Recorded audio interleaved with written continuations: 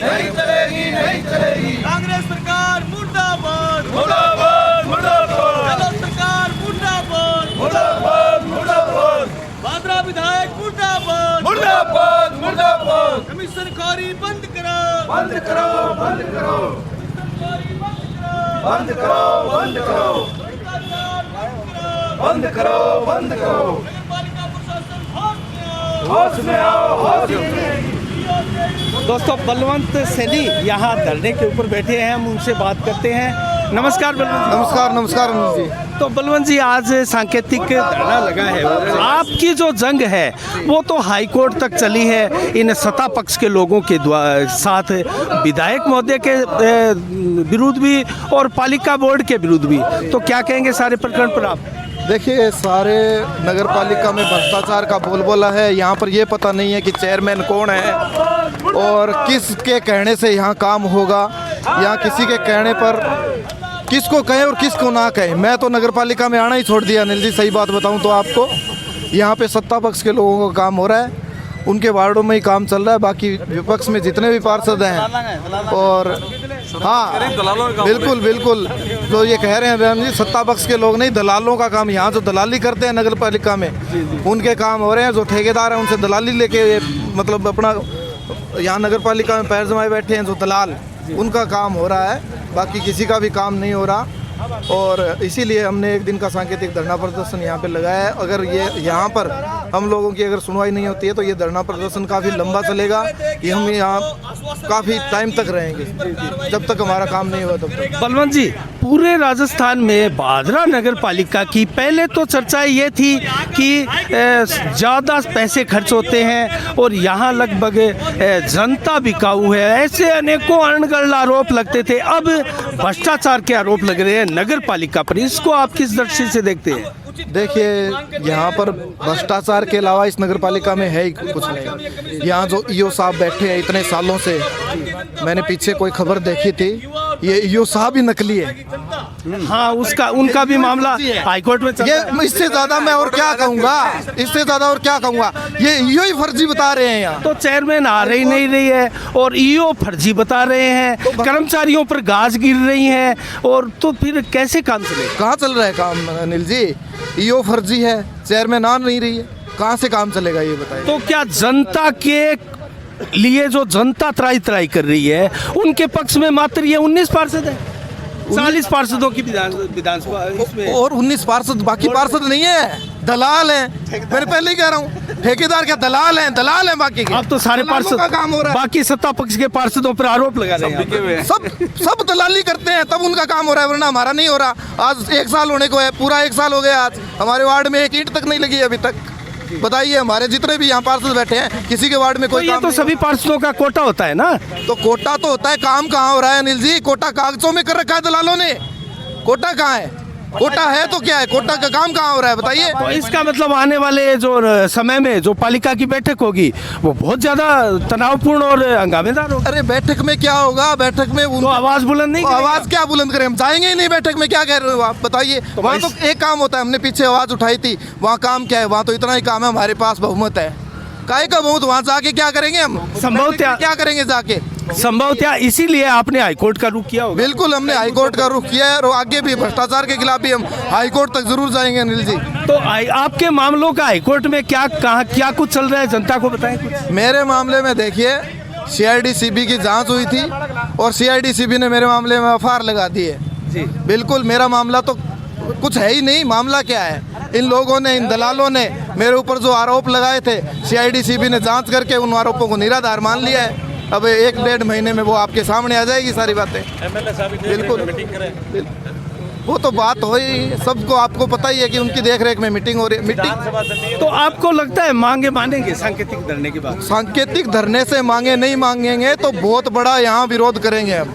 यहाँ सड़कों पर उतरेंगे, आंदोलन सड़कों पे उतर करके आंदोलन करेंगे, चक्का जाम करेंगे। आपको लगता है यहाँ की पब्लिक जो है वो विपक्षी पार्षदों का साथ देगी? पब्लिक विपक्षी पार्षदों का साथ क्यों नहीं देगी?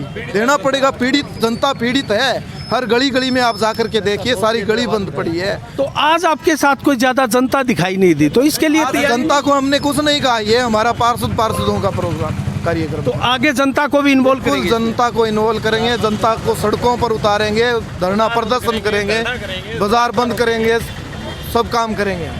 बहुत बहुत धन्यवाद बलवंत जी, आपको शुभकामनाएं, क्योंकि आपने खेल मैदान को भी हरा भरा बना दिया। उसके ऊपर दो शब्द आप क्या कहेंगे? जी वो तो देखिए, खेल प्रेमियों के लिए वो दलालों के हाथ में नहीं है, वो हमारे हाथ में है, वो हम कर रहे हैं और आगे भी ऐसा करते रहेंगे। अन्य पार्षदों को दलाल कहने का ये तकिया कलाम माने?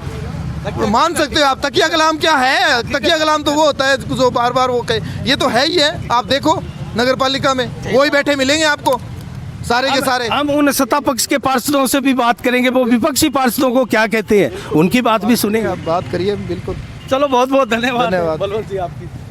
तो दोस्तों आप देख सकते हैं, दयानंद खोखेवाला से भी हमने बात की, प्रेम प्रकाश झोड़ से भी हमने बात की, और यहाँ गौरव सोनी, युवराज, सभी पार्षद बैठे हैं। मंजू पुनिया जी से भी हमने बात की। युवराज से जानते हैं, युवराज क्या कहेंगे? युवा पार्षद है आप, नगर पालिका बोर्ड के लिए कोई साफ सफाई व्यवस्था सब बंद है साहब, पहली बात तो।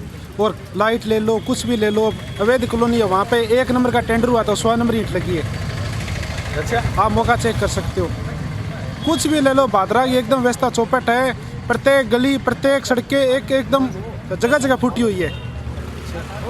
और 12 तारीख को मीटिंग है, हमारे पास कुछ भेजा ही नहीं है, क्या एजेंडा है, क्या कॉपी या कुछ नहीं भेजा है। अच्छा गौरव जी, आपके वार्ड में तो सुरंग मिली थी सड़क के नीचे, क्या कहेंगे आप? ये मेरे वार्ड में नहीं सर, ये पूरे भादरा शहर में तकरीबन 30% सड़कों के नीचे सुरंगें मिलेंगी आपको।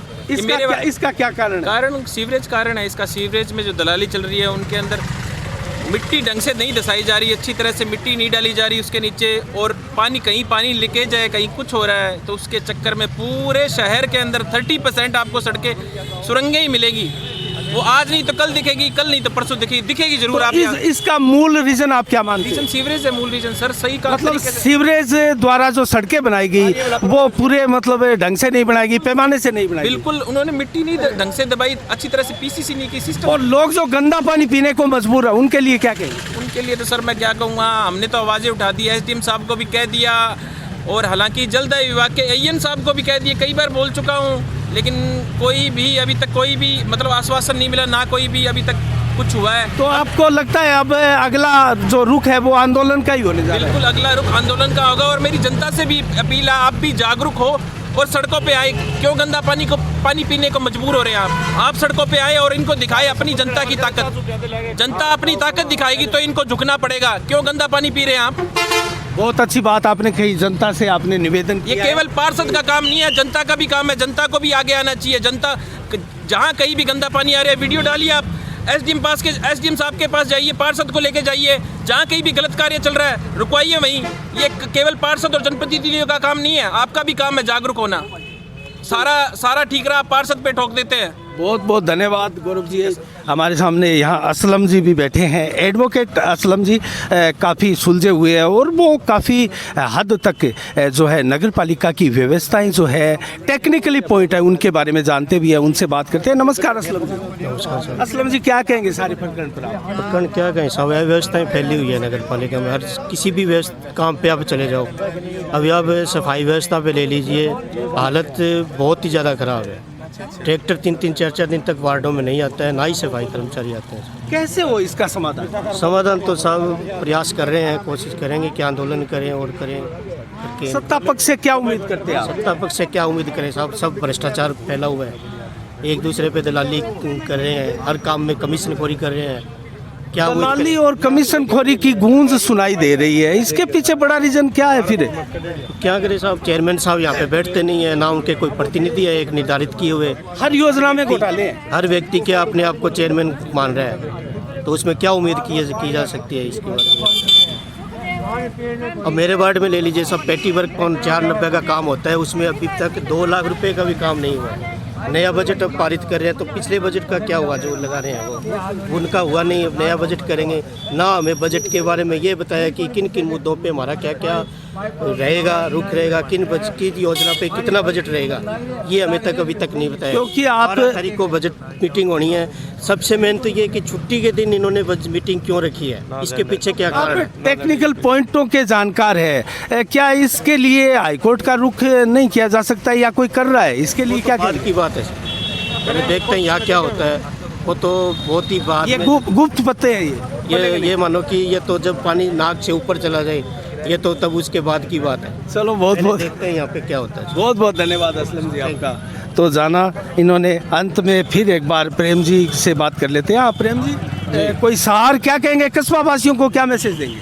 कस्बा वासी अगर इस आंदोलन में सभी एक साथ होंगे तो सभी समस्याओं का निराकरण होगा, क्योंकि सबसे बड़ी सीवरेज वाली समस्या है। सीवरेज में पाइपलाइन डालने से पहले उनको पूरी रोड पे पीसीसी करनी चाहिए थी। पाइपलाइन पीसीसी करके पाइपलाइन डाले, फिर उसमें बेड़ू मिट्टी डाले, फिर उसमें पानी डाले, ताकि जो चीज़ें धसनी है वहाँ तक धस जाए। फिर उसके ऊपर आके चैम्बर और दोबारा पीसीसी डाल के सीसी रोड बनाए तो वो कारगर थी। आज पूरी भादरा नीचे से सुरंग बनी हुई है, कहीं से भी आप तोड़ के देख लो सीसी रोड को। अच्छा प्रेम जी, आप जो आरोप लगा रहे हैं, आप जो बातें टेक्निकल पॉइंट के हिसाब से कर रहे हैं, ये जिम्मेदारी जो है वार्ड की जनता की और वार्ड के पार्षद की नहीं थी? आपके वार्ड में भी जो सीवरेज बनी होगी? मेरे वार्ड में तो कच्ची बस्ती वाली सीवरेज बनी थी। वो आपने कितनी आवाज़ उठाई अपने मैंने वार्ड में? एक बार नहीं हजारों बार कहा है। एक बार पिछली जो मीटिंग थी उसमें लिया है, उसमें पिछली वाली मीटिंग में ये लेके कहा है कि उस कंपनी को बुलाया, वो कंपनी इसको पासिंग करा के मिलाएंगी, मिलान कराएंगी, लेकिन आज तक ना तो वो कंपनी आई, ना कोई मिलान वाला है, कोई नहीं आया यहाँ पे।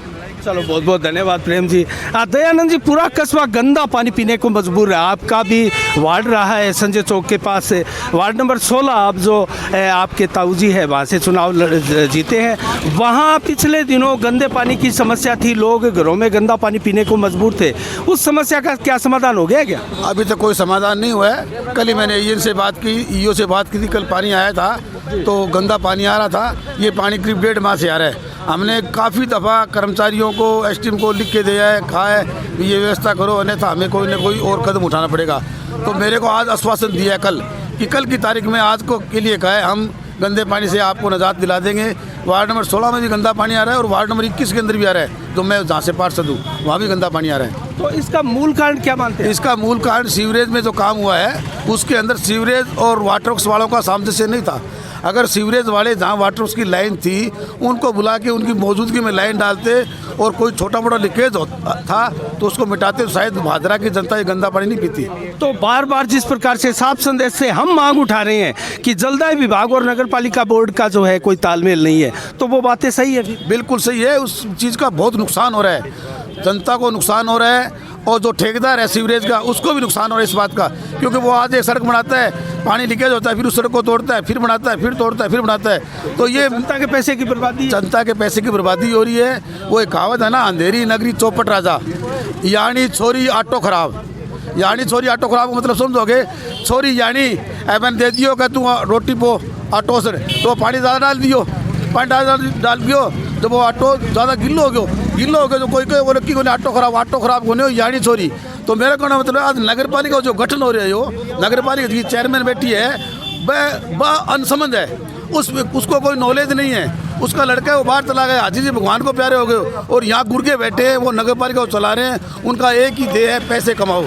उनका शहर से कोई मतलब नहीं है, जनता से कोई मतलब नहीं है, पार्षद से कोई मतलब नहीं है। वो भी जनप्रतिनिधि, आप उनको गुर्गा बोल रहे हैं? बिल्कुल सही कह रहा हूँ, उनको दोबारा आना नहीं है। उनका लक्ष्य है कि 5 साल में जितने पैसे कमाए जाए पैसे कमा लो, और सब लूट मची हुई है, सबसे पैसे लेते हैं। आज 150 कर्मचारी ठेके पर है और भादरा के हालात क्या है देखो। मैंने आज मेरे वार्ड का अभी ईओ को बुला के सर्वे कराया 16 नंबर का, तो मैंने घर घर जाके उसको कहा भी बताओ यहाँ कहीं सफाई कर्मचारी आता है क्या?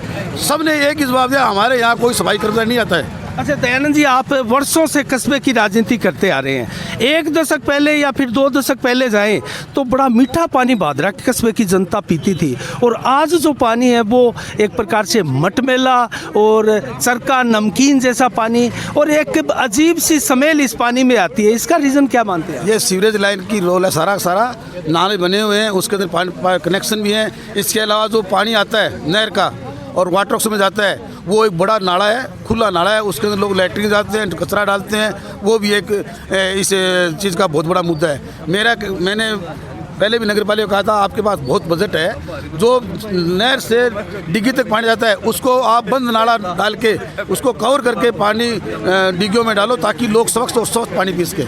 आप एक जिम्मेवार नागरिक और जनप्रतिनिधि होने के नाते क्या कभी आपने वाटर वर्क्स की जलदाय विभाग की डिग्गी को चेक किया है? कब तक सफाई होती है, कैसे होती है? देखो मैं थाने बताऊँ, मैं कई दफ़ा गई हूँ, कई दफ़ा तो मैंने मजबूरी में बुलाए पे लोग, क्योंकि डिग्गी के बाहर इस तरह की कोई व्यवस्था को नहीं। कई दफ़ा डिग्गी के अंदर गाया पड़ जाए, मैंने फ़ोन आ, फिर मैं गौशाला कर्मचारी ले गए, मैं गाय निकाल के लाऊँ, उस भाई हालात देखो, डिग्गी से गाय निकाल के लाता हूँ, वहाँ कोई कवर नहीं है, डिग्गी गाय पड़ जाती है डिग्गी के अंदर। इतनी लापरवाह सिस्टम है यहाँ। अभी 4 दिन 5 दिन पहले भी एक गाय पड़ गई थी, वो फिर मैंने निकाली, वो मर भी गई गाय।